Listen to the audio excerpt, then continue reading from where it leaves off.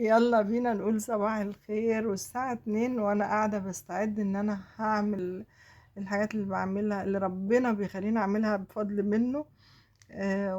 وتعبانة طول اليوم، واكلة سمك مشوي ومش راضية اكل، وباكل فاكهة ومش راضية حلويات. وابني داخل من بره حالا بيقول لي انا عارف انك تعبتي فجبتلك حاجة تحلي بقك.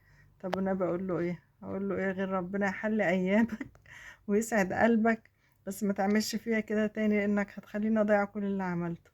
ويلا بينا، ربنا يسعد كل ايامكم ويحليها بالخير والسعادة والهنا، ويملي بيوتكم بركة، يملاها بركة بذكر الله وبالصلاة على النبي. ويلا دي الساعتين اللي قبل الفجر نبدأ مع ربنا. ربنا يحيي قلوبنا بذكره ويعمر بيتنا بالصلاة على النبي، ويرزقنا كل اللي نفسنا فيه، ويرزقكم كل اللي نفسكم فيه، ويعطيكم الخير كله يا رب.